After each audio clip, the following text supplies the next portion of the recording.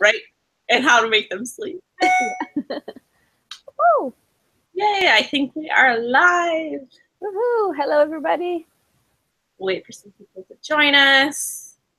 Yay! Might have to refresh, like go to the link again. Yes. We are here waiting for you on a beautiful Sunday afternoon if you're on the East Coast. Yeah, it's really nice today. A little bit warmer, but not like super warm. 70s. Yeah. I can see like the tree, just, the leaves just, floating outside. Pretty good. It's beautiful out. And I'm trapped in a little corner over here in the house. If you see us, if you can hear us, let us know. So just make sure that audio and video and everything is working. Okay, they can see me, Tati. I don't think they can see you. Oh. Which is weird because it's not doing the back and forth thing like it normally does. That's true. It does say that my camera is on. Hold on. I'm going to deactivate and activate it again. Let's see. Okay. Okay, deactivated. I'm here. Am I can they hear me though? It's still not going back and forth though. No. Oh, now we are. We're going back and forth. Are we? Still don't. Oh, hi, Tati. Yep. Oh, hello. Okay, good. Okay, let me close out of this. Well, that was an easy fix. Technical difficulties. It happens. Okay, well, let's see. We have about a minute until our scheduled time, so we'll just wait for anyone else. You can close out of that if you want. Is it Greg that's being our assistant today? Awesome. Woohoo! He's our tech support today. I had James here for a little bit, but now he's there doing the entertaining in the family. So. Well, the nieces and nephews are important. Yes. All right. So we're excited to be here. Yes, we haven't done like a live broadcast in a while. So. Yeah, I think we're getting the hang of the live hangouts, the Google Hangouts. Well, I think YouTube is making it a little bit easier, and that's helping us. Yes. Those of us who are technologically challenged. I don't know. It's easier, but I still don't know what am I doing, because I was able to do it before they changed it, but now when I'm trying to set up, it's just not working. It's like, what am I doing? And I don't know if remember the first time we tried? Yeah. And I was trying to do all those encoding, and I've done all, but I'm still getting stuck at that first thing. So yeah. I need to try again. But anyways. Okay, so I guess we'll get started. Our topic today is bullying in the nanny community, and sort of this has been, I feel like, a hot topic issue, in like especially on the Facebook forums. But I've definitely I think some of the local groups are definitely experiencing this as well. Very cliquey adults acting like kids.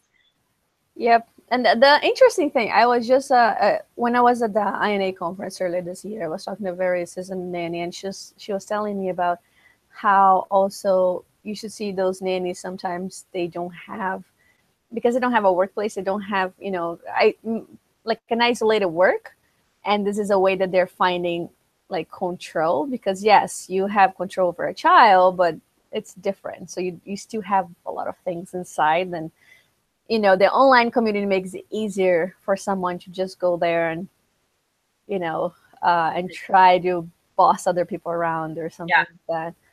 So that was interesting talk that I had earlier, and I was like, that makes sense actually for. Yeah, it does, and that's sort of an added aspect to. I know a lot of nanny groups approach their safe space as the equivalent to your your break room at work, or the water cooler talk that you would have if you were in an office. And obviously we don't have something like that. It is very isolated. And so all that drama sort of plays out on the internet for the most part. And I think sort of the detriment of that is that you get your keyboard warriors who are saying and behaving in ways that they wouldn't otherwise behave, in real life or like to someone's face. They say and do things that they're a little more brave. Oh yeah, absolutely. It's a different persona, I guess, that they a different image of themselves that they have it online. I miss most of the drama.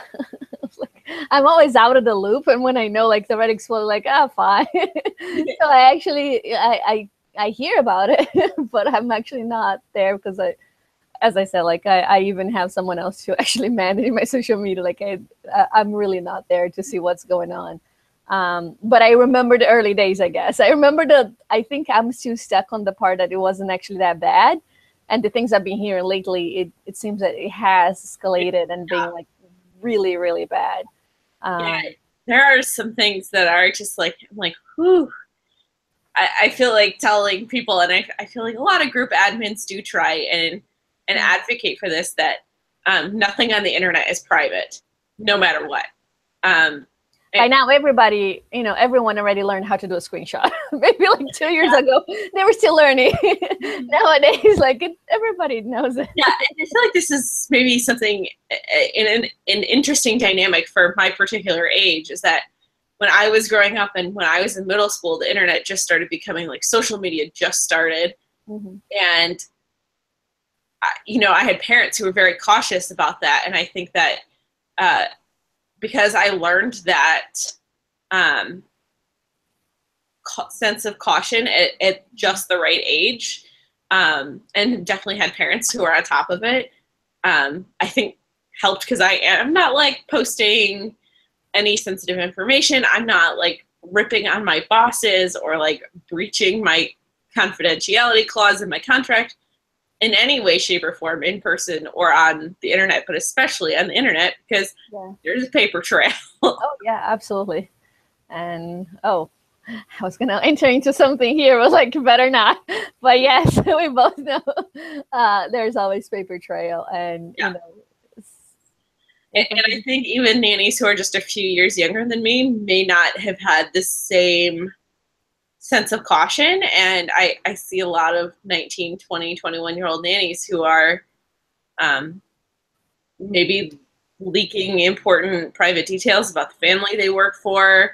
And I feel like that leads to a lot of heated atmosphere on the various groups. If a nanny's saying, I found this in my nanny family's house, and then they're like, oh, well, why are you looking? Why are you sharing it on the internet? Yes. And I think this is, for me, it's almost like if you feel, some people, maybe I don't have a heart. Sorry, I do have a heart. But it's just like, I really don't care about a lot of things. It's not that I need like, I need to vent. I actually, because I'm so socially awkward with adults, I love being an in, and I love not having to interact with adults during the day. But for those that actually, need to have friends or, to vent or something like that, that's the important that we should try to go back with the, the in-person interaction and just have one or two nanny friend, close friends that you can talk about or vent. Like really, the internet is like, not for me, but for me, it's almost like that false sense of friendship. I can talk this about even, your husband that's here right now. You want to say hi? Yes. Yeah. Hi, Jade. Hola. Do you want this? Or I'm live. No, I'm good. Thank you. Okay, bye. Sorry. Thank you. Love you, darling. Good. No, sorry, completely different. Oh, yes. But the whole thing, like, the war of who has more friends, right? Or your friends. And I keep telling you, sometimes they go like, a friend of mine, like, friend. So I'm very, and I keep like, friend, like you friend. And like, no, like, yes, you don't have 700 friends on Facebook. Yeah. Right? It's like, these are not your friends. These are colleagues, not acquaintances is actually a better word. Or someone you met, it's like, and I know this also goes with personalities. There are those people that, crave for that relationship or just friendship. Yeah, friendship. And the connection with others. It doesn't matter if it's going to be a one-time thing, if it's going to be a week thing, but there are people that really, you know, go for it. They really need that. Yeah. But then you see what's happening with, you know, when you have a lot of those people and they think they're super friends with you, and they're not. Like, there's this personality, but there are a million others.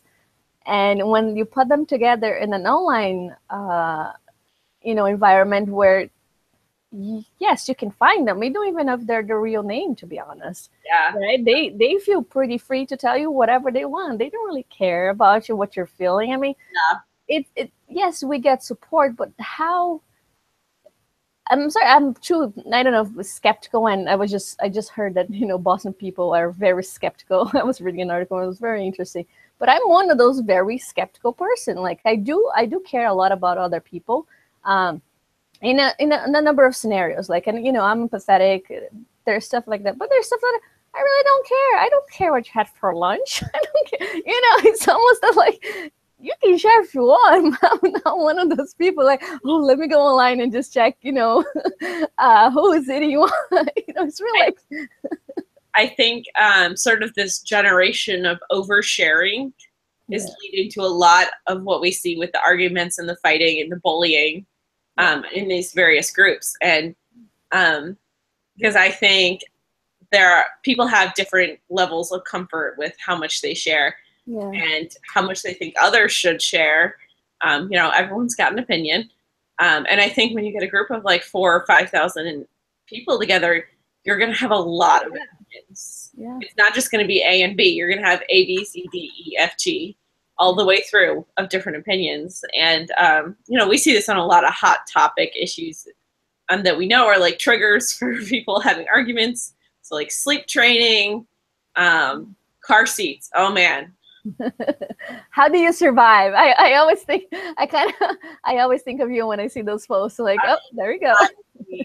I rue the day that this one girl found out I was car seat tech in one of the big groups, and now I am tagged in every car seat post. I love helping people about car seats, especially. It's such a passion of mine. But I have no interest in giving unsolicited advice to anybody. If they want help and they're open to help, I'm happy to give them help and help them any way I can, give them advice as best I can on the internet, help them find a tech near them. I'm happy to help, but I also have no interest pushing my agenda on anyone, having their agenda pushed on me, arguing with other techs in the comment section, or having any way, shape, or form of involvement dealing with people who give out bad advice, who are not techs. Because it's like that, I feel like I'm doing twice the work. I'm cleaning up after someone else's mess because they gave bad advice, and I'm then having to give the good advice because I feel obligated at that point to be like, wait a minute, you cannot do that with car seat. That's so dangerous. Do not do that. I can't, like, there's some things I just can't walk away from. Yeah. And unless someone's life is in danger, I do try to walk away because not my monkeys, not my circus. Yeah. It's hard. As in, like, those, I mean, the amount of people and posts, it's constant. It's like every minute. It's to the point. Yeah. And it's global. So yes, it could be like, those people don't work. But, you know, I know some people that are off work now because like 5 hours, you know, in the future. Some people are like 5 hours in the past, and some people are just in our time zone. But we do get those. It's sense for me, like, and I think I kind of turned away from those because it's really like a overload of information that I just can't keep up with. Like, sometimes it's just too much. Like, okay, my brain kind of just goes on, you know, freeze mode. Like, okay, move out slowly, because I have a lot of opinions that comes and I want to comment, but I get way slowly. I need to, yes, exactly. So I do need to walk away from a lot of things. But that's the thing. It's just too much. Yeah, no, exactly. But this is the thing. There's also my opinion that is a combination of my background experience, my academic experience, the way I was raised, my environment. So this family. Exactly. So this is why I learned, like, you know what? yes, am I depriving the world from my, amazing knowledge? I don't know, but my knowledge comes from, it's also biased in a way from whatever the creation that I was. And I think especially, I feel like, you know what, it's, I'm okay with walking away and just, I don't read a lot, so I don't know if there's sensitive topics that I know, oh, maybe I should have been there just to, save my life. I don't think it came to that point, so I feel it's still good, which I think is different from your, as a car seat safety is definitely a different, topic, but it's complicated. And the way things are getting heated up. It's been a learning experience for me. I think when I first decided I wanted to become a tech, and as I first became a tech, I wanted to shout it up from the rooftops. I wanted to tell anyone that would cross paths with me. And I think that's been a wise lesson I've learned. I'm from the Midwest. I'm super friendly. I'll talk to anybody. But living on the East Coast and having spoken with other techs from all over the country, unsolicited advice is rarely well received. People don't want your unsolicited advice, especially when it comes to child rearing, whether that's car seats or nursing or weaning or sleep training or discipline.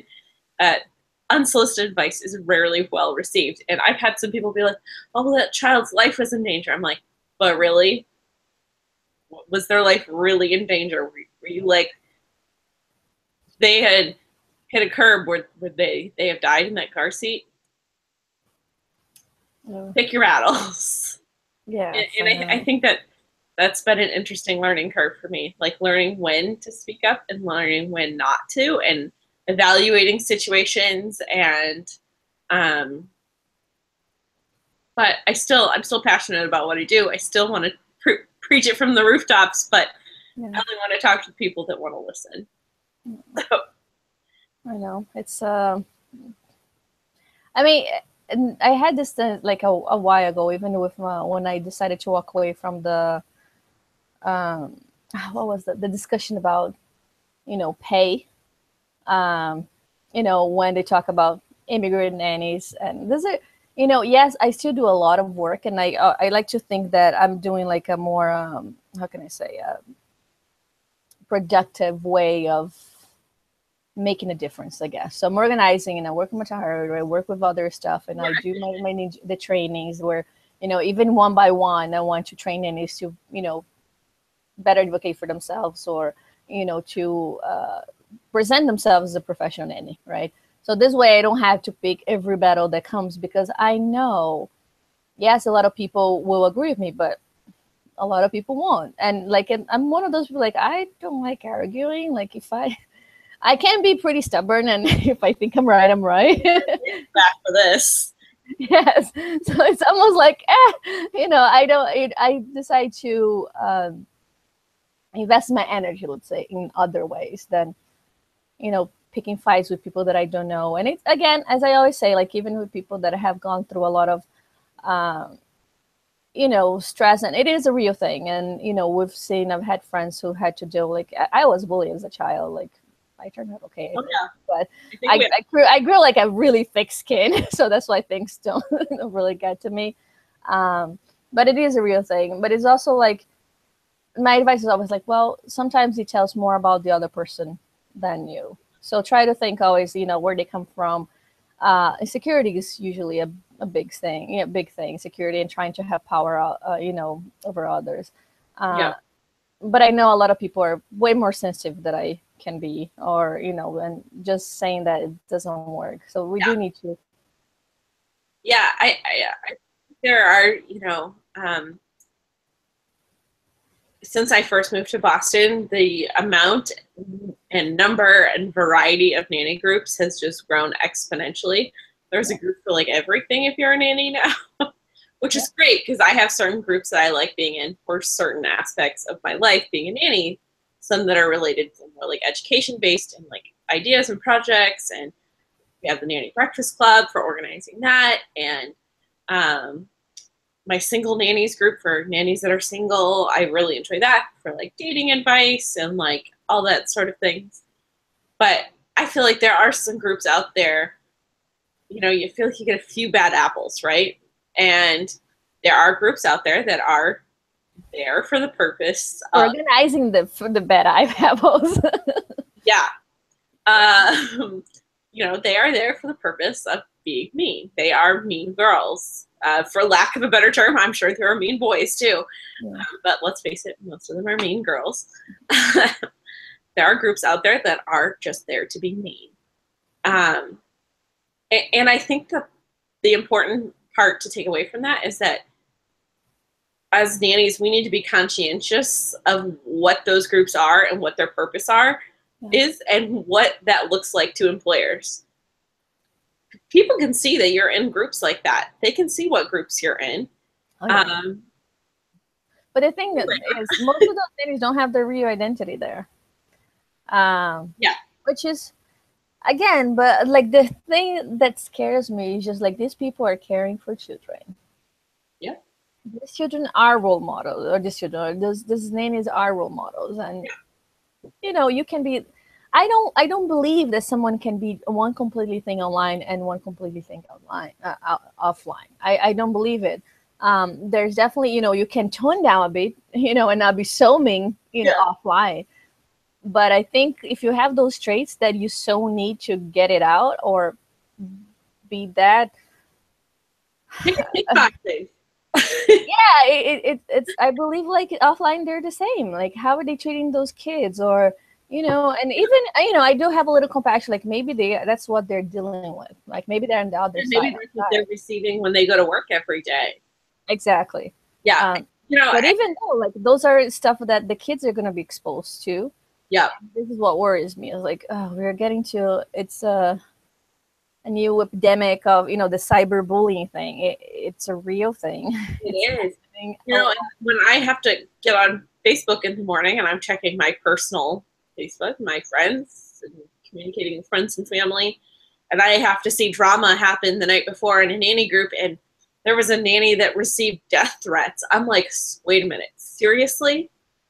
Like, this is stuff you see in a Lifetime movie, and I have to like see this happening about women that like from and to women that are in an industry that is raising children, and we are the first example most of these children have every day. Yeah. Like, yeah, I know. What happened here? What made you think that this was okay to do this to someone else? Like, have we not seen Lifetime movies, people? We know what this leads to. We, you know, watch 13 Reasons Why or Girl Interrupted. I haven't, but stuff happens. Yeah. And what you say might not be the world's worst thing, but if you and everyone else is saying it, could have some serious consequences. When one person says, the other person thinks it's okay, and they will say it, and like, oh, she said it, then I can say it again. And yes, it's. I think part of me also thinks like, well, these people were there before. You know, it is a new avenue that people have found now to come forward and let it all out, or you know, and maybe the internet just made it easier for us to get, you know, shine the light on these souls. Yeah. Really bring them forward. And I saw a good meme the other day that was moms in 1996 didn't ask if Billy was circumcised because they didn't care and they minded their own business. Well, now in this day and age, it's gonna happen. Yes. It's gonna happen online. And I'm like, really? Is it any of your business? Yeah. No. Oh my gosh, yes. Unless you're Billy's parents or you're going to marry Billy someday down the line, it's none of your business. And even then, it's probably not your business then either. Yep, good point. It is. And you know, I feel like this is just this whole nannies feuding and nannies arguing online and on these groups is just an offshoot of mommy wars. Oh, yeah. You know, oh, we did baby-led weaning and we didn't sleep train until he was 5. So we did it better. I'm all for baby-led weaning. I'm all for baby wearing. And I have my own opinions, but like my opinions don't make your opinions any less. Yes, exactly. I'm not raising your kid. I'm raising mine. Yeah. And as I said, like I also have strong opinions about several things, but I think as an experienced nanny, you know, and you've read all the books, and you know that one thing is not going to be the same for all the kids. I can look back on all my babies, and they all have been sleep trained differently, like all different technology. We never use cry it out, but this is the other thing. A lot of people think they're doing cry it out, and they're not, because cry it out is way more restricted than what they actually think. I think there's a difference between various methods of cry it out and extinction. Yes, exactly. Extinction is the extreme cry it out. That is just lock you in a room, walk away. Yep. Not all cry it out is that way. I've done cry it out. I didn't lock a baby in a room and walk away. Yeah. That's not how that worked. Yeah. So, you know. And that's what I tell them. Yeah, you know, and when your baby's fussy and it, like, that's even not, she's not even crying. So you shouldn't even think that you're doing cry it out. That's a fussy baby. But yeah, but it's that thing that there are so many things out there, and it's not one applies to all, one fits all. Right? Yeah. Of the techniques, and it doesn't mean that like siblings, like what works for the older sibling might not work for the younger sibling. Yeah. And that's perfectly normal and perfectly okay. Yeah, and it's like, for example, I know I come a little bit biased, which is funny because people say that I'm all attachment, right? The attachment, you know, parenting thing, and I can see, yes, you know, I love cuddles and snuggles, and just, you know, the attachment in the first year, it's really important to me. However, there are definitely the extremes, and I can see when we talk about the others, like, for example, the whole sleeping together, definitely not something I support. But of course, I'm not going to condemn. It's just like safety issues and safety reasons. But a couple years ago, oh my gosh, and the mom was telling me, like, they were hardcore attachment parenting, and she wanted me to sleep with the baby during nap time. Oh. And I wasn't comfortable. I was like, well, yeah, I could see that being a liability risk. Yeah, exactly. I was like, and I totally understand, and it's just not something that I'm comfortable. And all the beds were on the floor. Yeah, exactly. But it's something that I didn't feel comfortable with. It just, I don't know, the fear was too much. Yeah. And I was like, oh, you're not going to sleep anyway. It's like, I know, but especially with a child that's not yours. Exactly. I was like, you know, I will still shower your child with love, believe me. But that part was just something that I was not comfortable with. And again, like, it definitely worked. I don't think in any shape or form that, you know, the child is different, or, you know, that they're better than other parents that didn't do that, or, you know, because they're different families, it's going to work for their kids. It's the way they see the parenting, right? Yeah. So it's definitely not like, oh, my opinion is the best, and if you don't do this, you're a bad parent, or you're a bad nanny, or.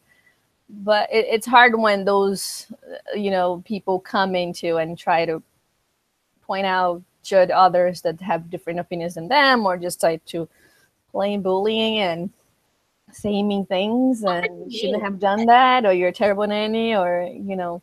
You know, and another interesting thing I've gotten or seen, and I feel like we've seen a lot more of it lately, is when someone asks for advice or asks a question, and they don't like the answers they get, and they get really defensive. Yeah. Now, here's my thing. I feel like 9 times out of 10, those are people that already know the answers to their questions, and they shouldn't be asking. Mm-hmm. Because if you're that closed off to opinions, you obviously already had one, and you don't really need more. Other than that, I'd say that you're asking 5,000 people, and you have to be aware that your opinion is likely going to be in the minority, because there's 5,000 other people, and there's going to be lots of opinions, which means they're all probably in the minority. It's unlikely, if you're asking a question in that manner, it's unlikely that you're going to get an answer that you want to hear. And I get real miffed when people are like, oh, well, this obviously isn't the right group for me. Yeah. Like, well, obviously you're just asking the wrong questions, or you're asking questions you shouldn't be. But here it is. This has been in my mind a lot, and I even said in one of my trainings, dear nannies, again, take a look. Who are you taking advice from? Seriously. Mm-hmm. Right? So yes, you can post in those groups, and you find lots of inexperienced nannies. You can find some, you know, experienced nannies, but who are you looking up to, or who are you taking advice from? Like, seriously, are they people aligned with your moral values? Or you don't know. So you got to be very careful. Like, who do you really want to take advice from? Because when I need it, like, I have a group of friends or nannies that I can definitely look for. I'm not going to look from a group of 5,000 online people that I don't know, that don't know me, that don't know my child, that don't know my family. I think it depends on what you're asking too. Like, there's certain things, there are certain types of questions that I'm fine asking in these forums, like particularly like contract negotiation stuff, or like one I always like to see is like I'm ending with my family soon, and asking ideas for like gifts to give them, creative sensory play ideas, just like fun activities to do with kids. I love posts like that. I like posts where people are asking, like, you know, how can I like increase involvement in my local nanny community? How can I meet more nannies? Because those are questions that I feel like are coming from a very good place. And questions like that, they're coming from a place of, you know, I want to use this internet-based tool for its real-world purpose. Yeah. And I get everyone has bad days, and everyone has days where they need to vent. And frankly, that's just not. You need to be I feel like people need to be careful how they word venting and how that comes across. And I'm really consider. I mean, I have heard of nannies who lose their jobs because of venting in groups like this. Oh yeah. You know, are you breaching your confidentiality? Are you being a little whiny butt? Like, I get it. I have days where I just whine and everything is bad and I'm stressed and I need to yell and scream into a pillow. Doing that on Facebook is not appropriate. I was just gonna say. And I feel like keyword pillow. Not computer, not typing. To a certain extent, I feel like those are the same people that are like, oh, I have a new boyfriend. Oh, we're in love a week later. Oh, we're getting engaged 3 weeks after that. And I'm like, and then, oh, we broke up, and you see the whole drama of the relationship going down on Facebook. And I'm like, these people have no discretion and no filter with what they're sharing on the internet. Yeah. And I'm happy to use the internet as a good tool and like find places to eat and like find things to do and communicate with friends and family. But there's also like there has to be some boundaries, and you know, for me it's common sense, but of course this is not common sense because there's so many not people. So common. Like, yes. Oh well. Yeah, let's do a conclusion for that one. What's the conclusion? Just use discretion on the internet. When you're talking to other people, when you're sharing things about yourself, you don't know what kind of opinions and advice you're going to get, and you need to just be careful with what you say. It's not worth losing your job venting or fighting with some girl on a Facebook group. Oh my gosh. No matter what your line of work is, whether you're a nanny or you have an office job, you can get in trouble for your or anyone to that matter. Like, I was just coaching a good friend of mine a couple weeks ago, and she got like a bad response from a client. Not even bad. It's just like the person bought a service once, and then it just continued to get consultations and asking everything for 7 months now. And I feel like, dude, it's not a pay one time and get you forever kind of deals. Like, just stop it. And then, once but the person was very dramatic, and she was like, oh, I'm going to write this. And she was so angry. It's like, do not write this. If you write this, like, you're reacting, right? Yeah. I was like, don't write anything. It's like, oh, but I have, like, you don't. Walk away. 4 hours. Off. It's like, no, help me out. It's like, okay, if you want to, I'll help you write, just because she wasn't going to sleep. I was like, and then I helped her and I wrote whatever. It's like, here it is, but don't send it. Give it 20 hours, 24 hours for you. It's not for her. It's for you. And then, you see it. And if you want to send tomorrow, you send it. She actually did it and says like, oh, she forgot for a week. And then she decided to send it. The complete from that woman was completely different. She was like, "Oh, thank you so much for being so understanding and blah blah blah. I understand what you're saying now." So a completely different tone. But this is what you get when you read something. You know, you were reacting, and that's why I just decided like I'm not on Facebook because I also react, and I'm very aware that sometimes I'm just like, like no, walk away, be the bigger person. That's not how I think. That's not how I think someone is gonna grow, and it just walk away. And of course, I forget because there are what, a million of those posts every day. Mind, out of sight, out of mind. Yeah, and I don't. Yes, I do think trying to get a relationship if you need your new friends, and it does make a difference. I don't. Were you? I think the Breakfast Club was a little like a year before. When did you come here? 3.5 years ago. Or 13? 2014. 14, yes. I think we started the Breakfast Club in 13, or no? Yeah, it was the very beginning of 2014 that I moved here. Yeah. But that was what people said. Like, I remember the first nannies when they were like, "Oh, we're so people that actually get us," and you can talk about, your days and they don't get mad because you're showing pictures of children that are not yours and you're bragging about them and they're not your kids. So this is a good thing about having, nanny friends. Either in a group or you don't, but there are people that that you come to trust. You can get genuine, honest opinions and, feedback of other things, but it's always risky when you go on the internet, to 5,000 people that you don't know. I mean, you just need to know what you're getting yourself into. Yeah. You're not going to get answers that are going to be, make you all cozy and warm inside. You're probably going to get things that, it's going to piss you off. And again, you don't know those people. You don't know their background. Okay, let's move on to our next topic, and that is Thaty's hot topic of the week. Yes. Finances. Which is interesting because I feel like I have some different opinions on this than you. So I know, which actually I was thinking, should we save this for another show or no? Because then I don't know if you want to do like a 1 hour long. I don't know if people are gonna watch it. Let's touch on it a little bit and give it a few minutes and kind of discuss sort of not our opinions, but maybe sort of the going deep later. The conceptions of like. Yes. Maybe the cultural differences about this. And that is parents using the college fund reasoning. Yes.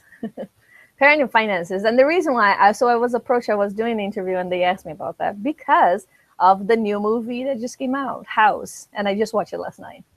So have you seen it with Will Ferrell? No. The kid, gets accepted into college. And then they were counting a scholarship. Scholarship was withdrawn. They didn't have scholarship. Then they just felt the worst parents ever because they had to go and find money for her to go to the college. So then they open a casino and they start doing like a whole underground casino. Interesting movie. Like I'm not a big fan of Will Ferrell. Never liked this movie. I just find like it's too. I don't like that kind of humor. It's too raunchy for me, sorry. It's a word, but he's just like, come on. Anyway, but I wanted to watch it because of the either. What? He's not really up my alley either. Yeah, sometimes just too forced. I don't know. I just not my kind of humor. But I wanted to watch it because of the concept, right? And it was interesting. And this is the thing that I think people would just start talking about, and I'll probably write. Oh, I need to save for college. Oh, my kids.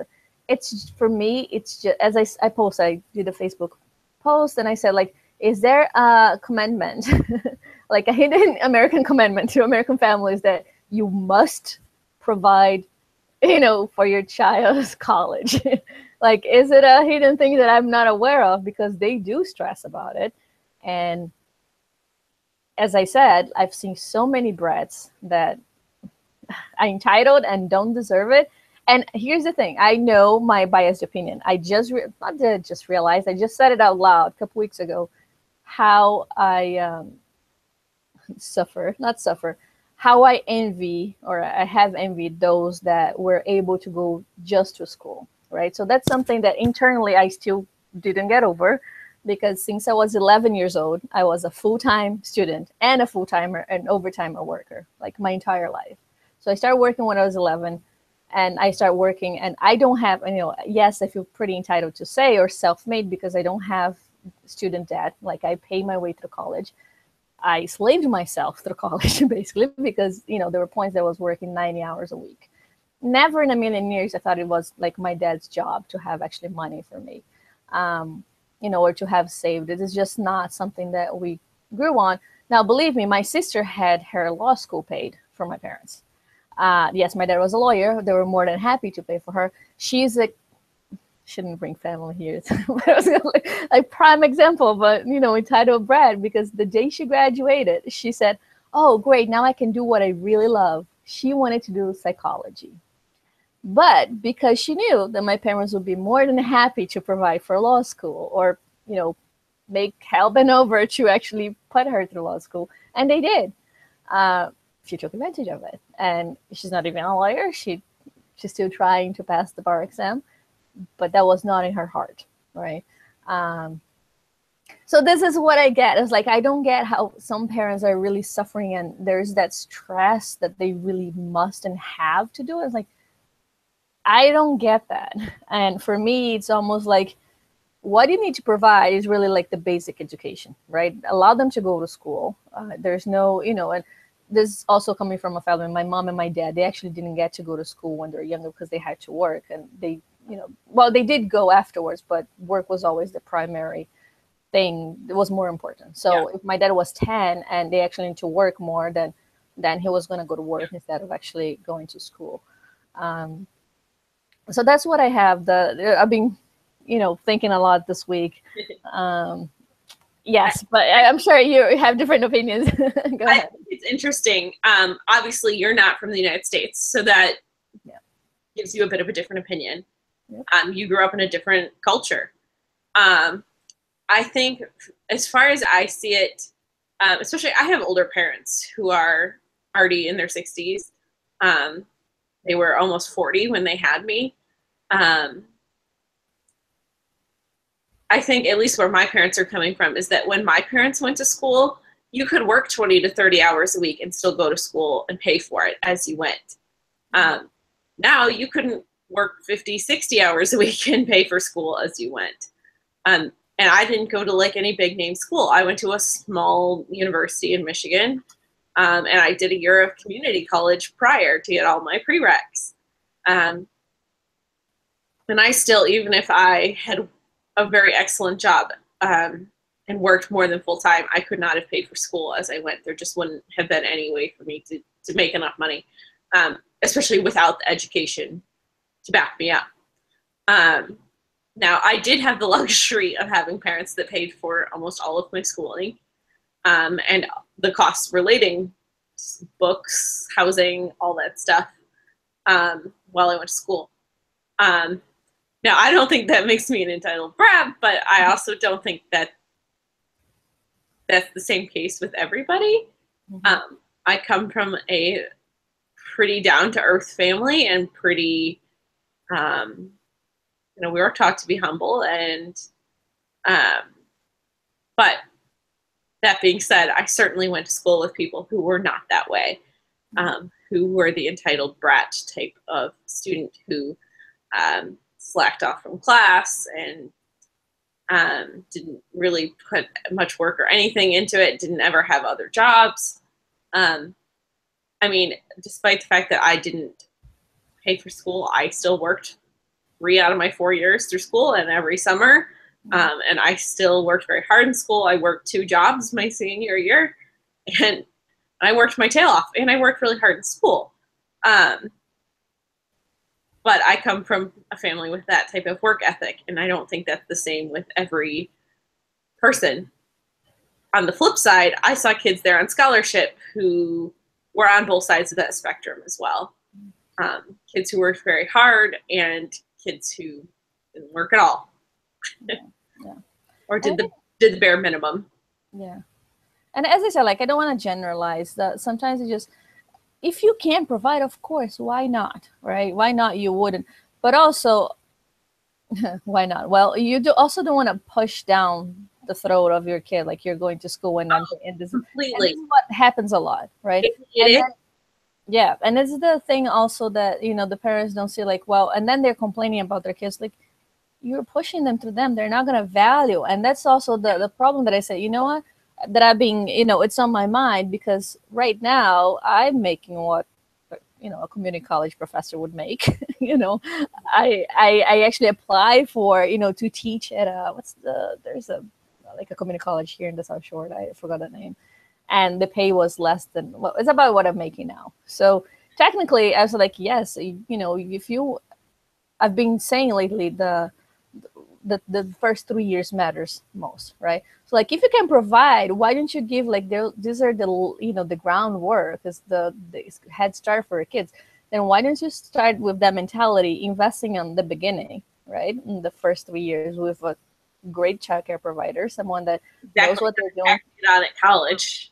Exactly, because someone, I think what's her name, I forgot, but one of the, when I went to the Basie Award thing, she's one of the award, she, on her speech she said, oh, actually this is not even from this person, I think it's from another conference I went, but they say that if early educators do the work that they do, we should be compensated as college professors, because if we don't do our job well, there are no college professors that are actually going to fix us or fix kids. And it's so true. And the more I get research, and this is really what, you know, my basis, my work is based on, it's really the first 3 years. So this is what I'm telling parents now, like, you know what, worry about now, because now, you know, like, I know a lot of you are working, you know, worried about later, but this is the thing. First of all, you need to make sure that your child generally wants to learn, right? Because if they don't want, they're gonna find excuses not to go. Oh yeah, I didn't have money, and I'm sorry. Yeah, and I know I see that as an excuse, and I know it's because of my background. Like everybody, I have friends that just like, well, nobody has, like, you know, work as a camel like you do, Tati. You know, it's not like everybody that can do that. But because I did it, I feel like, dude, I'm not special. I'm not, you know, like, I'm not Superwoman or Wonder Woman that, you know, can do it. If I did it, you can do it too. But there's that mentality like, oh, but I don't have money, and it's blaming the parents. Like, I get really like, don't you dare blame your parent. Like, this is on you. If you want, you know, if you want it bad, you'll find a way. If not, you'll find an excuse. So like, stop it. Like, when I was starting the college application process in high school, my mom said something very important to me that I think really set the groundwork for the rest of my education. She said, we have money for you to go to college, but if you don't want to go, you can still have the money. Don't go to college just because you want to go to college and because you think you should go because we and society tell you to go. Go to college because you want to go, and go because you want to study. Yeah. And I think that gave me sort of, granted, I had the money to go and I knew it was an option to go. It was still my decision to go. She said, I'm happy to pay for beauty school or, you know, cosmetology school, or, you know, if you want to get some other sort of certification, I'm happy to use that money for anything else too. Yeah, that's great. Like, you don't have to go to a 4-year university and get a business degree. I did go to a 4-year university and get a business degree, but that was my choice. Yeah. I chose the university I went to. I chose what I wanted to study, and I chose to go in the first place. That's great. I did not have to go. But I'm glad I did. It was a great experience. I'm happy to have my education, and I'm thankful I was able to go. I would be swimming in student debt and probably would not have decided to go if I didn't have the money, because I didn't want to take on the amount of debt. Yeah. And it's a daunting amount of debt these days to go to any university for 4 years. Yeah. But I had the funds available to go, and I was able to go. At some point, I probably would have gone. It probably just would not have been in the same time frame I did it, because it would have taken me longer to work through the money to go on my own. But this is the other thing that I have my problem, and I'm sorry if I'm being racist, because, you know, but I mean, well, sorry if I call you Americans, don't be offended. It's just I love you guys, otherwise I wouldn't be here, right? But this is the part that I see, like, how hard it was for me. I had to be a full-time student, right? So that's why there were times that I was working 90 hours a week so I could pay for, you know, the college. And the college, you know, of course, it wasn't the college I wanted to go. I remember I was so happy when I got accepted to UMass Boston for a linguistic program they had, and I could not afford it. Like 1 year, it was like 55 grand. And then my host family, and which I'll touch this too, my host family, they actually paid for my last 2 years of college here in the US. And they said like, well, instead of going there, we can only afford 1 year there. And I needed two. And then I found, Cambridge College, like, well, that's going to be 2 years. So that 1 year splitting to two, I can finish degree here. Because I actually started 3 different undergraduate programs in Brazil and here.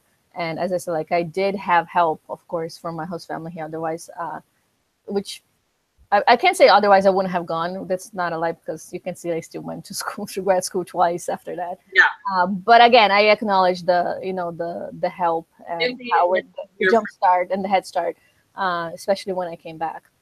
So it's not like as I said, if you have the means, of course, and I understand parents don't want. I just feel like the burden the parents take sometimes. So like, well, remember why you're doing this. Yes, but it's not like. You still need to teach your children a lot of things other than here you go. I have, saved all my life for this because I don't know. I feel like just handing that money like that, it's like there's some big lessons that needs to come before that. And yeah, which is tough when you're talking about like an 18-year-old kid.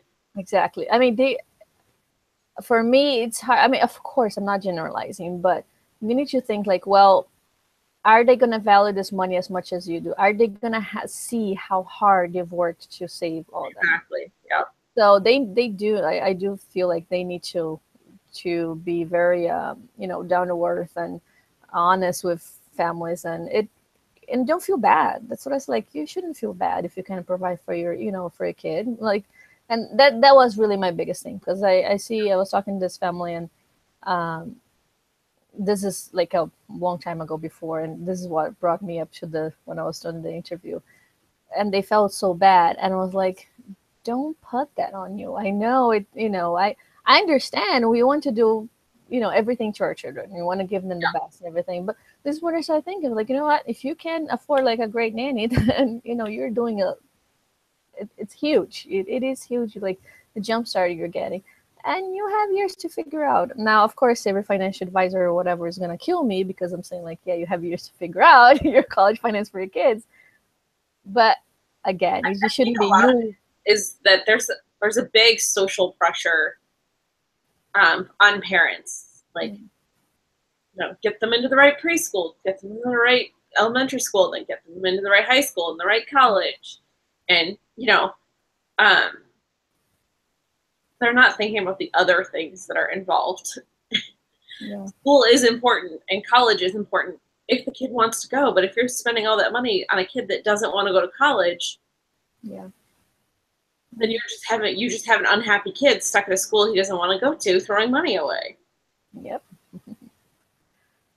So yeah, those are my big opinions. Yeah. Really big opinion. I know we can spend the whole day talking about this. I can talk about the things I've heard and the things, my strong opinions that just I'm not condemning for those, if you can do it, of course, by all means. But I just feel like it's time that they don't take that so, depriving themselves for their own education, for, I was just in a intensive training. Gosh, it was like 14 hours days last weekend, 3 days, 14 hours a day with like an hour for lunch. And we were talking about the finances part, and they talk about, how to, manage your money management basically. But then they talk about education, like whose education? Like yours. What about the kids? Screw the kids. And they just made us all yell. And I was so happy for the first time ever. I was in a group of people that thought like me. And I was like, oh my God. But, I'm not, this is out of context. So this is just about one little thing there. Yeah. But it's like, well, don't deprive your, your growth, because if you don't have education, if you can't grow your business, then how are you going to help support your kid, right? So it's the whole thing with the mask, with, on the airplane. First you save yourself, then you can save the other one. Exactly. So it's all about that. And this is what I actually like. Yes. You don't need to sacrifice your life so you can provide, to another one, because again, you don't know how that's going to turn out. And you need to remember how to teach other values and not just handing them, and just, they're not entitled. to have that. And this is what I need to tell. Like, you're not entitled. I'm sorry. I know Devon made, different, but no. I don't think any kid is entitled to it. I think it's great if parents can provide it, and I think it's great if the kid decides that they want to go. Yep. Because I used the money, and I had a helping hand, and that doesn't make me like less of a student. Of course. Or that doesn't make me less like I didn't work. Maybe I didn't work at a job as hard, but I worked at school just as hard as everyone else that went and graduated. I didn't go on to get a couple master's degrees, but I didn't have any more money. And frankly, I don't have the time or the money to do that now. I mean, maybe in 10 years. But that's just where my life is at right now.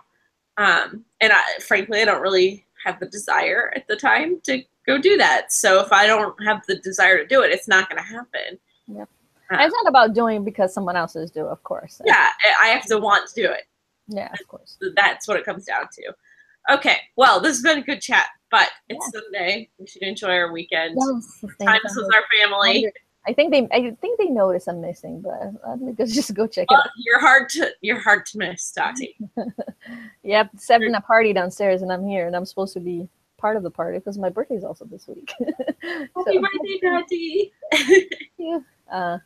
But that's with you guys in a couple weeks with our regularly scheduled August video, and hopefully we'll see you again before Labor Day as well. Yeah. All right. Well, good to see you. Bye, everybody. Enjoy your Sunday. Bye. Bye.